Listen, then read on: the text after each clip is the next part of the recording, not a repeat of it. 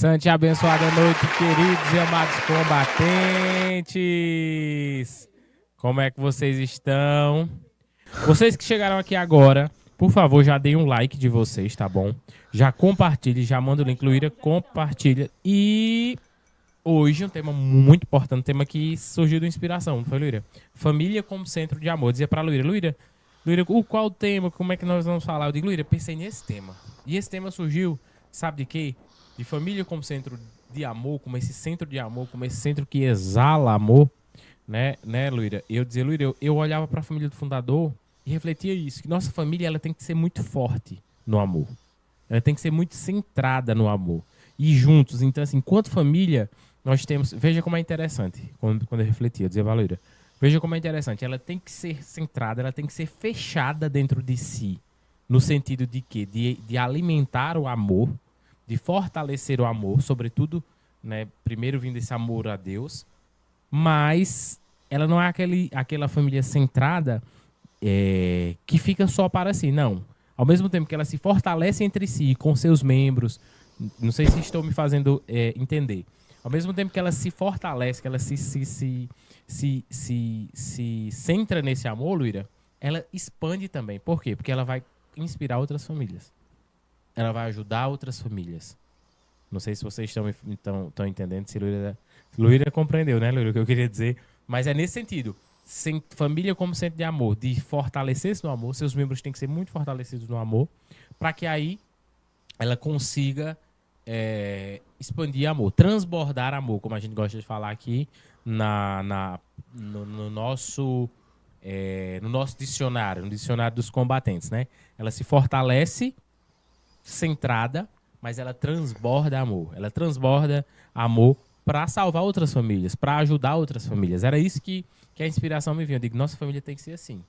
Nossa família tem que ser desse nível, de fortalecer o centro, como nosso fundador fala, para que a gente alargue as fronteiras. Nossa família se fortalece interiormente e em Deus, para que aí a gente alargue as fronteiras, para que aí a gente ajude outras famílias, para que aí a gente consiga, né, cumprir o que o fundador também dizia no nosso retiro, que nossa família tem que ser uma família missionária. Isso é muito importante quando nós compreendemos isso. Nós também temos que sair dos nossos confortos. Nós também temos que sair das nossas vontades. A gente até conversa, né? Seria muito mais confortável para nós estarmos em casa hoje. Mas nós temos que também ter esse desconforto, né, Luíra? Nós temos que ter esse desconforto porque nossa família é missão. Nossa família também é missionária. Vai lá, Luíra. Não, eu falava e eu refletia, né, sobre as famílias atuais. Quando nos perdemos em relação a essa centralidade de amor. Eu canso de falar aqui diversas vezes, em vários temas eu sempre falo, né, sobre o doar-se, né? Eu acho que as famílias, a grande maioria se perdeu justamente porque perdeu esse olhar de que amar é dar-se. É extrair de si o melhor que pode ser para os outros, né? Para o esposo, para a esposa, para os filhos, para, né, quem convive ao seu redor e para quem a gente também nem conhece. Quando fala, nós precisamos ser exemplos de transbordo para outras famílias, é uma forma também de dar-se, né, nesse sentido. Eu li um texto, acho que foi ontem, antes de ontem, não importa, né? Que era de uma pessoa que ela tinha perdido o pai, né? De uma mulher que tinha perdido o pai. E nesse texto ela extraía dele, falando o quanto, né, ela, a mãe dela e o irmão se doaram no tempo da inutilidade do pai. Eu achava muito interessante, né? E até comentei, eu disse que eles conseguiram extrair de fato o sentido real do que é o amor. Que é justamente quando, né, na inutilidade, como eu já falei aqui, quando você consegue dar sem receber. E ela falava, né, que compreendeu tanto do amor porque dava sem receber. Ela conseguiu cumprir aquilo que Deus nos pede, né, dessa doação inteira. E por quantas vezes, né, o pai dela poderia ter feito isso por ela, né, e por eles, na infância e em todo o decorrer da vida deles. Então, quando nós temos esse olhar, nessa centralidade que nossa família ela precisa ser um centro de doação, onde todos tendem a querer fazer o outro feliz, tendem a doar-se o máximo que pode dar, ela se torna mais forte. Porque eu li alguns comentários, né? Algumas pessoas falando que era notório o quanto cada um se doava ali na realidade e quanto cuidaram bem, né, do pai dela, a esposa e os filhos, né? Quanto eles souberam dar. Então, eles testemunharam com a própria vida aquilo que Deus espera de nós. E ela é casada também, né? O irmão também é casado, e mesmo assim, dentro da realidade deles, eles conseguiram, né? Até ela falava, né? Que era o nosso bebê ali, ele tornou-se o bebê deles, né? Que ele não compreendia mais nada, não conseguia fazer mais nada sozinho, e eles cuidaram com tanto zelo.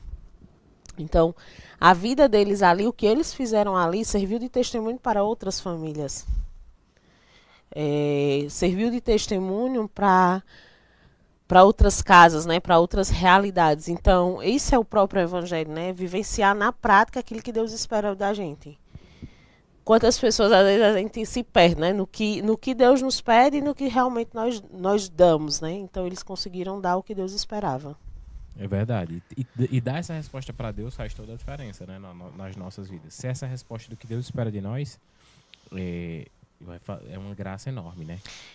Não, eu ia falar de uma palestra que a gente assistia, né, que me mandaram, e que ele falava, né, o palestrante dizia, o que você acha que quando nós chegarmos ao céu, Deus vai perguntar o que a gente? Qual foi o melhor curso que você deu a seu filho? Qual foi as melhores vestes, o melhor colégio? Não, Deus vai perguntar, cadê as almas que eu lhe confiei? O que você fez com essas almas que eu lhe confiei? Então, ensinar os nossos filhos, eu digo direto aqui, eu já disse aqui, né, semana passada, eu digo sempre, ensinar e educar é a coisa mais difícil em relação a filhos. É algo assim que extrai da gente o que nós temos para dar, o que nós não temos para dar, o que Deus quer que a gente tenha para dar, mas a gente ainda não tem. Então, extrai da gente assim tudo. O que importa para a gente inspirar outras famílias é o nosso exemplo. Né? Não adianta a gente estar aqui falando, estando aqui no podcast, se a gente não vivenciar. E essa família como centro, como centro de amor, isso, parte dessa ideia de que Luíra falava e de nós inspirarmos essas outras famílias, né? Nós fizemos o aniversário de Maria Tereza, né? Toda história aqui é o do bolinho, né? Sempre tem esse bolinho e esse bolinho sempre gera uma festa, né, André? Mas a gente também sempre celebra muito, graças a Deus. E os amigos diziam, né? Rapaz, eu não entendo como é que vocês conseguem fazer tantas coisas. Não consigo compreender como a disposição. E olhar pra Luíra no estado que tava, e Luíra organizou tudo da festa, né? Fez o bolo, fez um monte de coisa. Claro que sempre com a ajuda, né, de Laísa, mas a maioria das coisas é ela que organiza, é ela que faz. E um amigo da gente dizia, eu não sei como é que vocês conseguem fazer tantas coisas. Eu digo, primeiro, a graça de Deus.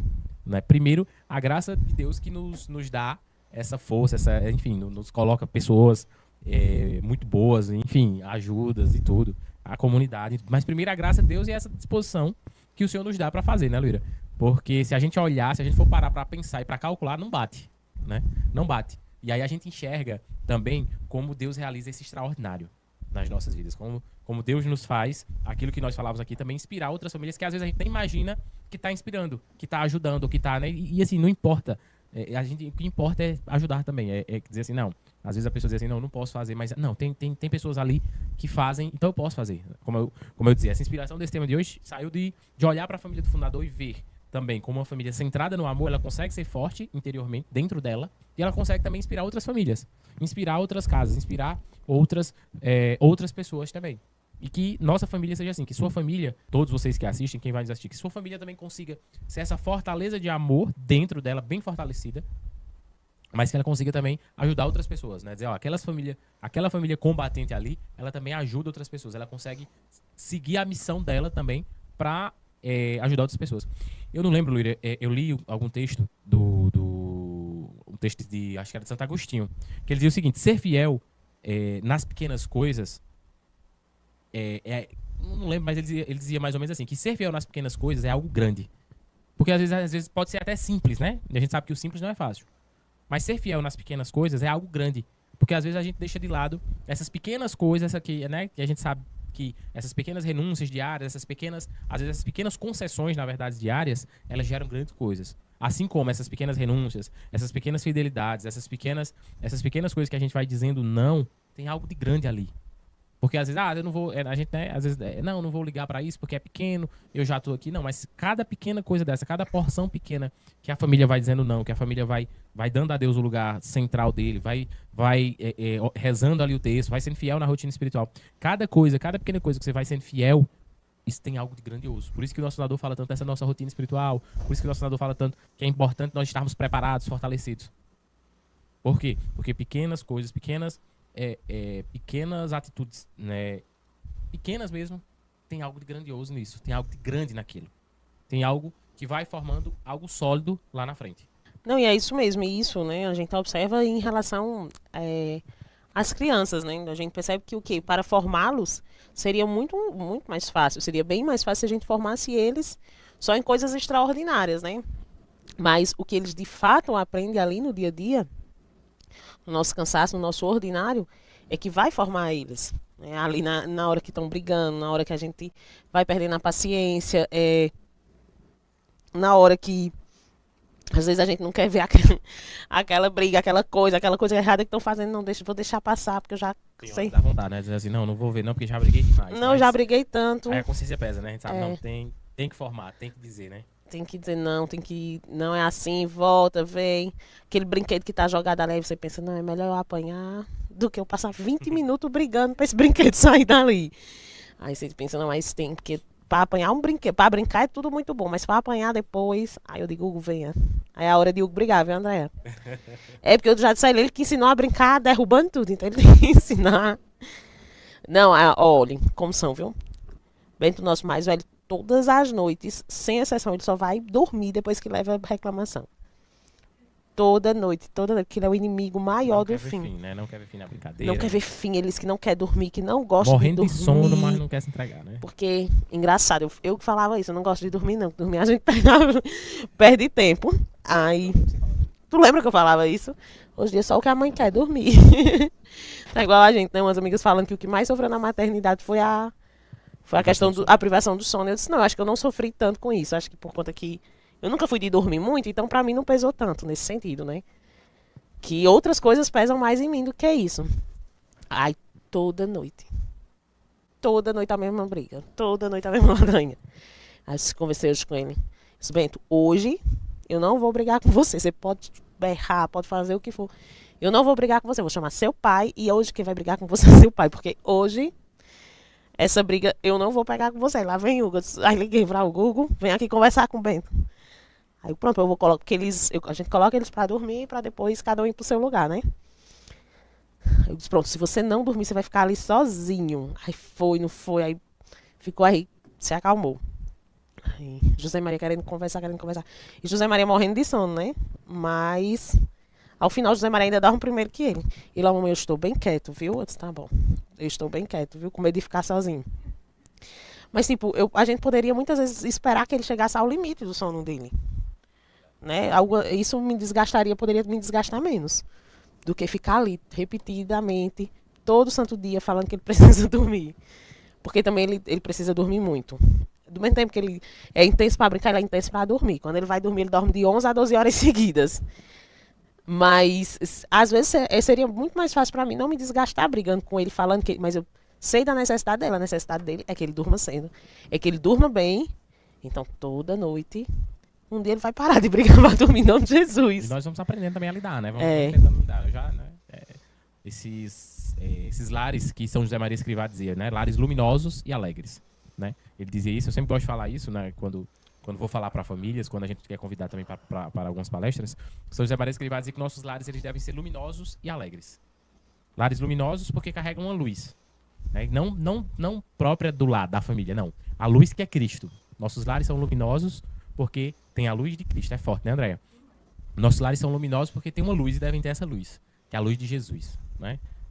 Somos aquela luz no meio das trevas. Por isso que nossos lares, eles devem ser luminosos. Nossos lares também devem ser alegres, porque a alegria do Senhor é a nossa força, né?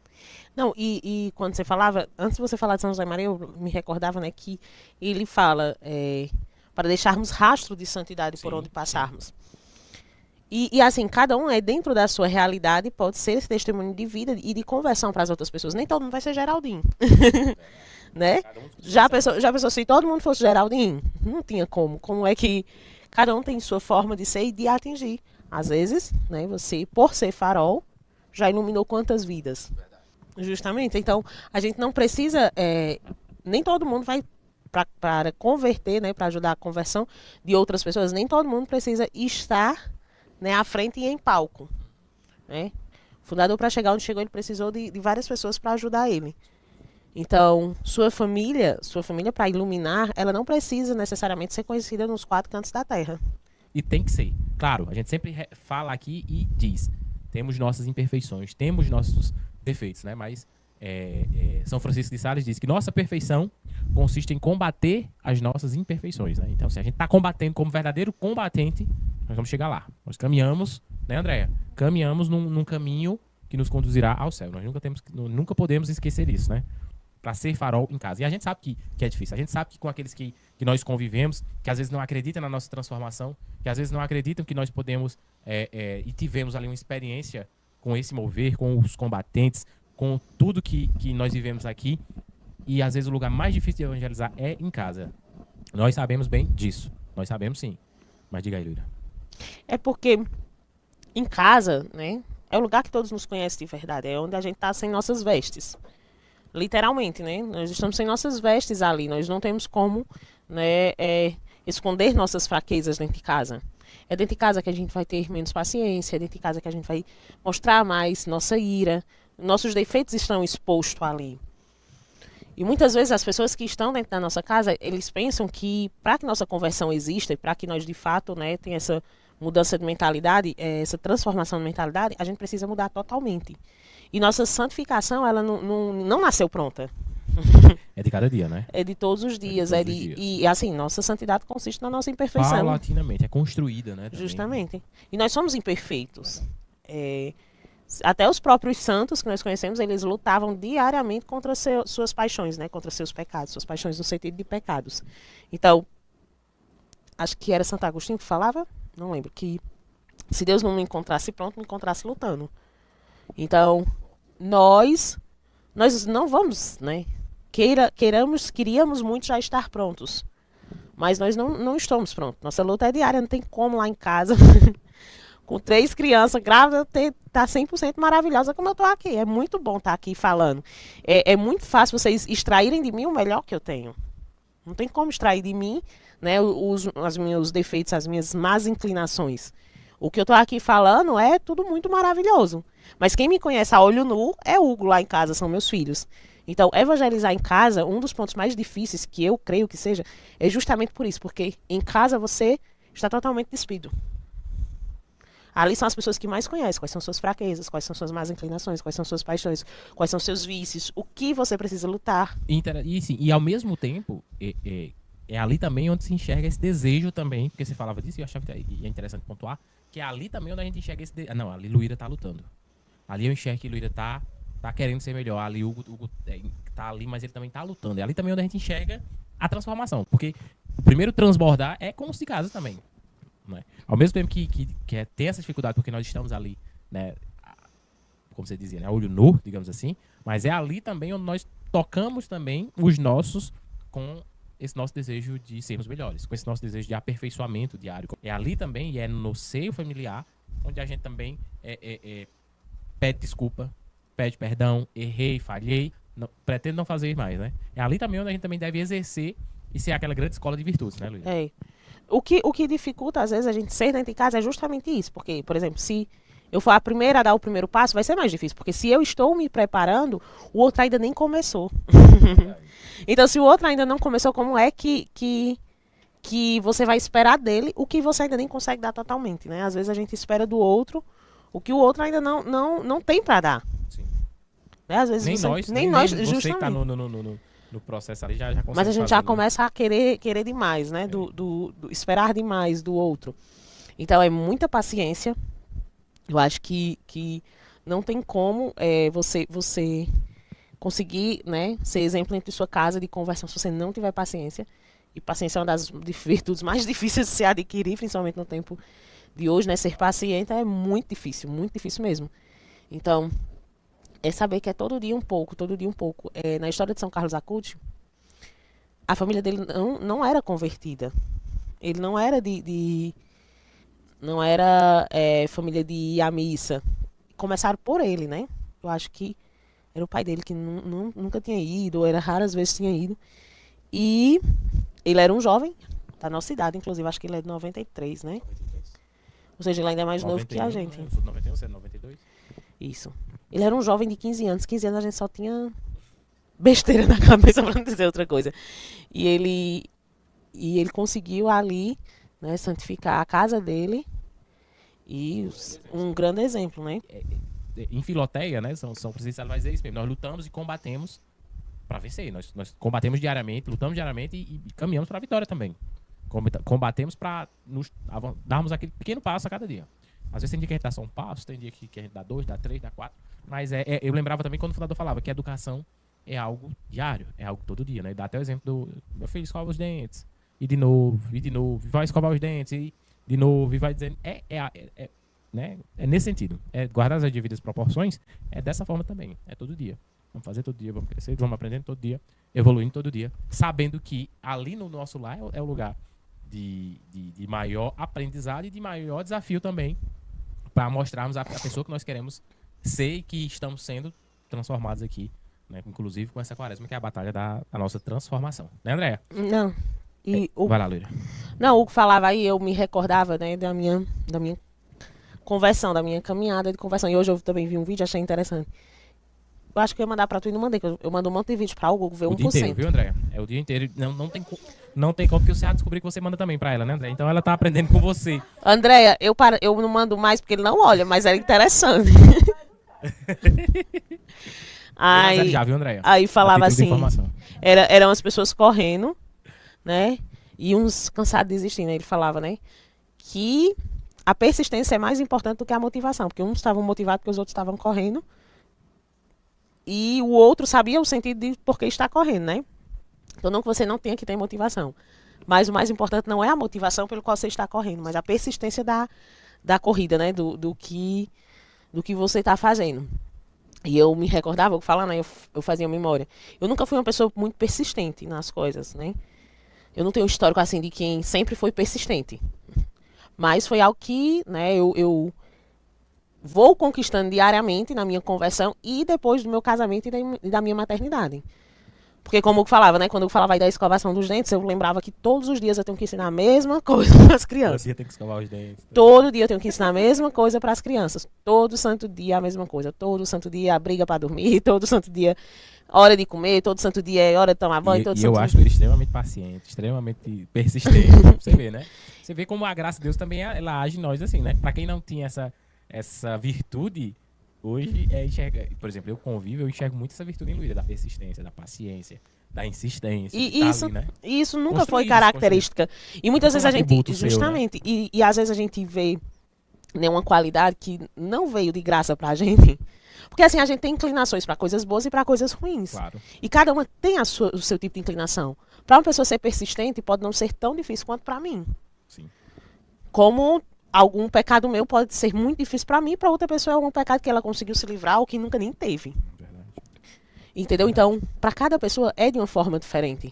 Então, ser persistente para mim nunca foi uma coisa muito fácil. Eu sempre desisti muito fácil das coisas. Mas quando você entende, né? Como era aquela frase que tinha no Coisa que Tu Ganhou, que eu achei muito interessante. Por trás de todo esforço, há um grande motivo, né? Então, quando a gente consegue compreender, né? O motivo de estar ali, o motivo que você precisa ser persistente, o motivo de não desistir, né? E isso acontece na nossa conversão. Quando a gente se converte, né? Quando a gente inicia a nossa conversão, a gente entende que não está aqui e não veio para ficar aqui, né? A gente está só de passagem. E que tudo é muito mais importante, né? É grandioso demais. Falando em canção. mas Laísa diz, minha filha, eu fico cansada só de escutar você falando. Então, quando nós voltamos o nosso olhar para o eterno, né, e percebemos tudo isso. Eu não estou querendo falar que você não precisa se formar na faculdade, que o que vai importar só na sua vida é só uma família, é só isso, é só aquilo. Não. Tudo tem um trajetório, né? E tudo por onde você passa, você tem que deixar rastro de santidade. Então, se Deus escolheu que você faça uma faculdade, se você queira, né, estar ali num trabalho, que você faça dali graça de Deus, né? Por onde você estiver, que você faça graça de Deus. Então, quando você tem o olhar que tudo é para Ele, né, e tudo é para a nossa salvação, seus defeitos, suas paixões vai se tornando virtude, né? O que era, né, um defeito, uma falta de virtude, eu trabalho diariamente para que torne-se virtuoso aquilo. E Luíra, com um ponto final para encerrar, e para a gente pontuar aqui e falar um pouquinho, caminhando para o encerramento aqui da nossa conversa de hoje, nosso bate-papo de hoje, família, como esse centro de amor, como essa família que tem missão, e a nossa família como expressão também do amor divino, né? É algo que nós também carregamos e que é uma responsabilidade enorme, né? Grande que as famílias carregam, e nós temos que ser essas famílias também como expressão desse amor de Deus. Essas famílias que você falava, essas famílias que conheceram o amor de Deus e que são expressão desse amor para outras famílias também, como a gente falava. E eu me lembrava hoje cedo, no texto da Providência, o Gleica começava, acho que era hoje, né, que a gente assistia, começava hoje falando da escolha de Deus, como nós somos únicos, né, como nós temos nossas... A gente falava aqui disso e eu pensava nisso também, como também está relacionado. Porque aí você dizia, eu tinha esses defeitos antes da minha conversão, do meu processo de não ser persistente e tal. E quando eu me converti, eu tive que ter... E, tipo, você hoje é, para nós, que te conhecemos, você é reconhecido com essas virtudes. Aí tem que você diga, não sou, não tenho, mas é reconhecido. Você veja como tem esse paradoxo. Como também nós somos único. E quando nós deixamos a graça agir em nós nos tornamos interessantemente, por graça de Deus, até referência em coisas que nós nunca imaginamos viver. Né? A gente sempre fala muito do nosso processo de conversão. A gente nunca imaginou estar hoje que o Senhor nos levasse para uma missão para falar para famílias, né? Uhum. Para ajudar famílias, para às vezes estar ali e ser, de alguma medida, em algum ponto, ajudar famílias, como, né, às vezes nós somos convidados, enfim. Mas como a graça também, por graça de Deus, claro. Escolheu os fracos para confundir os fortes, né? Confundir os fortes, né? Talvez quem nos conhecesse antes jamais imaginasse isso e até se surpreendesse hoje com onde nós estamos por graça de Deus. Mas é isso, nossa família ela tem que ser essa expressão do amor de Deus. Nossa família tem que carregar essa responsabilidade tão grande e essa graça tão grande também de ser essa expressão do amor de Deus no meio do trabalho, no meio dos locais que nós estamos inseridos. Né? Então isso tem uma graça também extraordinária e grande de Deus, né? Vai lá. Não, é isso mesmo. Deus escolhe os fracos para confundir os fortes, né? E pega as nossas fraquezas para que a gente possa transformar elas em força, né? Para que de fato nós possamos ser o que Deus espera de nós. É interessante que quando a gente, né, entende quais os nossos temperamentos, estuda, né, sobre eles, nós podemos extrair dele, a gente precisa extrair dele o que é fraqueza nossa para se tornar em força. Perfeito. Porque, por exemplo, a gente olha para as crianças, aí vai analisando quais são os pontos mais fracos, mais fortes deles, o que a gente precisa melhorar em o que a gente precisa fortalecer, né? O que o outro tem para dar ao irmão, o que o outro, com o seu exemplo, né, vai ajudando ao outro a se santificar, a melhorar aquilo, porque como eu disse, né, cada um é único. Então, eles são totalmente diferentes. Totalmente. Os três são muito diferentes e tem muita coisa parecida, porque são irmãos, óbvio, mas as suas personalidades são diferentes. Então, a gente tenta extrair o melhor de um para que, né, parece que assim, o que é virtude em um é defeito no outro, né? Mas Deus é tão generoso que ajuda até nisso, né? Para que um possa ser melhor. E a gente às vezes tem que usar, assim, um é mais fácil ser irado, a gente tem que usar aquela ira em coisas boas, né? O fundador sempre fala de bem direcionar, né? Bem direcionar aquilo. Então, se o outro de um jeito, e a gente vai tentando, né? Tentar, porque a gente não vai ser totalmente nossa responsabilidade, vai ter um momento que vai ser só entre eles, né? Só com eles. Enquanto eles ainda estão do nosso lado, a responsabilidade é nossa, né? Mas vai ter uma hora que eles vão ter que decidir por eles. E quando isso chegar, que eles estejam prontos, lógico, né? E nossas famílias, elas precisam ser exemplo nesse sentido, né? Não que a gente nunca vai errar. Eu sempre falo aqui, e vou repetir, né? Que um dos motivos que nos levou a falar sobre casamento e sobre família é porque nós vemos na realidade de hoje como as pessoas falam muito mal, né? Como é bem mais fácil, né, falar mal do casamento, falar mal dos filhos, falar mal de tudo isso, né? E eu refletia esses dias, né? Muitos casais acabam se afastando quando os filhos vêm, muitos casais acabam desistindo quando, né? Porque um para de reconhecer o outro e dizendo, depois que nossos filhos vieram, a gente já viajou para fora do país, a gente inventou podcast, a gente começou a sair em vida missionária, porque a gente começou a sair para palestrar depois que tivemos filhos, né? Foi sim. Foi. E isso torna-se mais difícil pra gente, né? Como é custoso estar aqui. Mas quando você sabe, né, qual o propósito que Deus quer pra sua vida e não se esquece disso, tudo vai se tornando e vai se encaixando, né? Verdade. Você disse algo importante. Não se esquece disso. Porque às vezes a gente sabe do propósito e esquece dele, né? Esquece dele. E você falava isso e a gente refletia, né? E aí é onde entra a graça. Assim, como é que dá tempo? Como é que consegue fazer? É graça. Tem a nossa generosa disposição, que eu sempre gosto de falar. Tem a nossa disposição para porque os filhos não vão impedir, não. Claro, se torna precisamos estar muito mais articulados, precisamos de muito mais requisitos, de muito mais coisas. E muito mais ajuda. Muito mais ajuda. Mas também não é impeditivo. Quando nós abraçamos a missão, como o André dizia, Deus também vai dando a graça de fazermos as coisas, e vai dando. Eu sempre carrego comigo, e depois que eu compreendi isso, viu, André, que Deus nunca vai permitir e nem vai deixar faltar nada que você precise para cumprir o seu propósito. O nosso senador também fala isso. Deus nunca vai faltar nada e vai deixar faltar alguma coisa que você precisa para você cumprir sua missão aqui na Terra. Então, assim, quando a gente também confia, e eu até refletia, tá no livro da sabedoria, né? Que o Senhor se revela para aqueles que nele confiam. Mais ou menos assim o texto, né? Lá no capítulo 1, salvo engano, versículo 4, né? Que o Senhor se revela para aqueles que nele confiam. Então, a gente confia e o Senhor vai... É aquela nossa frase dos combatentes, né? Deu passo, Deus vai dando do jeito. Mas é isso, né, Luíra? Tem mais alguma coisa? Palavras finais, tá contigo? É isso mesmo. Fazer igual a Maria Tereza, a gente tudo que fala com ela faz. Uma santa e abençoada noite. Que Deus abençoe sua casa, sua família. Que abençoe você que vai compartilhar agora e vai mandar aí pra pessoa que precisa, pra vocês que são fiéis aqui. E Deus abençoe. Até mais. Tchau, tchau. Até mais. Santa noite.